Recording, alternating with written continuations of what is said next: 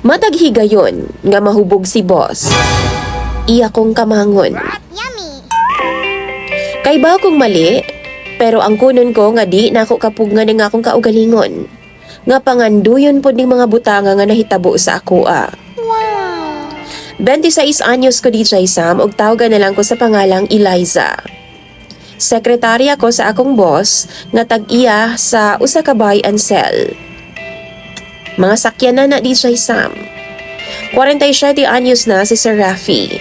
Pero kisig gihapon, matipuno ug makaingon ko nga dream sa mga kababaihan. Isa na ko ana di Sam.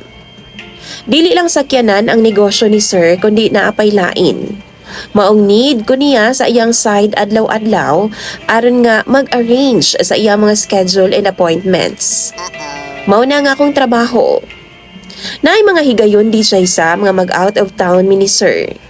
Duha gani ka beses, nag-uban ko sa iya sa gawas sa nasod. Pero niadto nga time, kauban namo ang iyang tibuok pamilya. DJ Sam, unom na ko katuig sa akong trabaho. College pa lang ko na anak ko dinhi. Working student man ko DJ Sam. Pero nagsugod ang among krimen ni Sir Rafi. Dihang 21 anyos na ko DJ Sam. Atol sa business meeting to ni Sir DJ Sam ug sabay ko. Gikamang ko ni Sir. Ganahan jud pud ko DJ Sam ato nga time kay ang kunon ko crush kaayo nako siya. Niadto nga time no dili siya hubog pero medyo nakainom lang. Naka 3 rounds pa mi DJ Sam niadtong higayuna. Pero pagkaugma no, murag wa ra lagi sa iyaha ay. Suguon gihapon ko niya sama sa normal nga trabahante. Why special treatment nga nahitabo?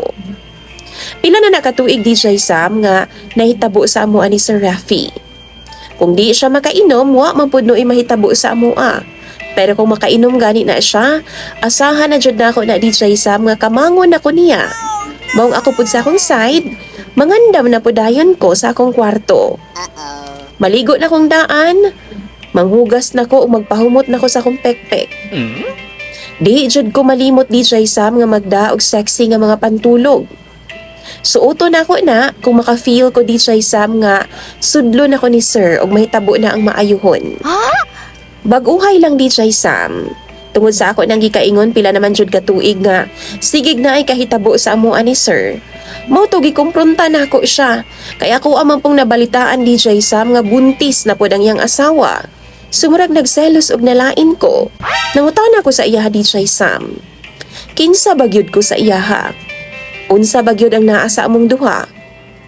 Pero nakuratan siya DJ Sam sa akong giingon. Kay wa daw siya masayod sa ako ang mga gipang istorya. Bisan unsa pa daw ang akong iingon DJ Sam, wa daw niya gibuhat ang tanan. Gisaysay na ako sugod sa sinugdanan. Pero ingon sa wa siya'y idea DJ Sam. Ingon pa gani siya no, kung maglain daw ang iyang lawas, hago daw kay siya, usahay, nagadaman gi daw siya DJ Sam. Labi pa daw kung nakainom daw siya. Kung naaman gani daw higayon nga musud ko sa iyang kwarto DJ Sam kana wa daw na niya tuyua. Maong dapat ang akong gibuhat daw, pagawso na ako siya sa kwarto or di ba ka tamparuson kay aron makamata siya DJ Sam. Di daw niya sala ang nahitabo kay wa daw siya'y alam. DJ Sam, pila ka rounds pagani mi tagasulod niya. Kusog pa kay siyang muungad sa ako pagkahuman wa siya'y alam.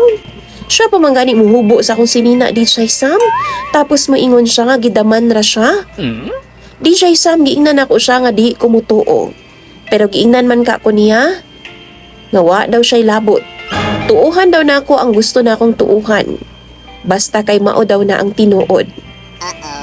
Naa daw siya'y health condition DJ Sam. Dapat, wa daw ko nibigay. Ang ending DJ Sam, ako pa hinuon ang nansamantala sa sitwasyon. Mao to na uwaw gud ko sa iyang gipang istorya sa ako ay. Pila ka tuig niya ang gibuhat, tapos ingnan ra ko niya nga gidaman siya. Mangutana ko mga viewers, tinuod ba na? Naa bagyo'y health condition kunuhay nga ingon ana? Makatarunganon ba ang nahitabo?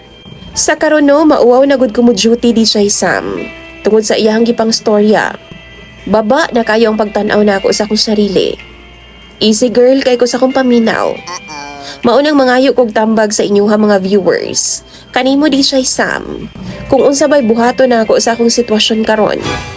Nauwaw ko pag-ayo. Pero need sab na ako ang trabaho para sa akong pamilya.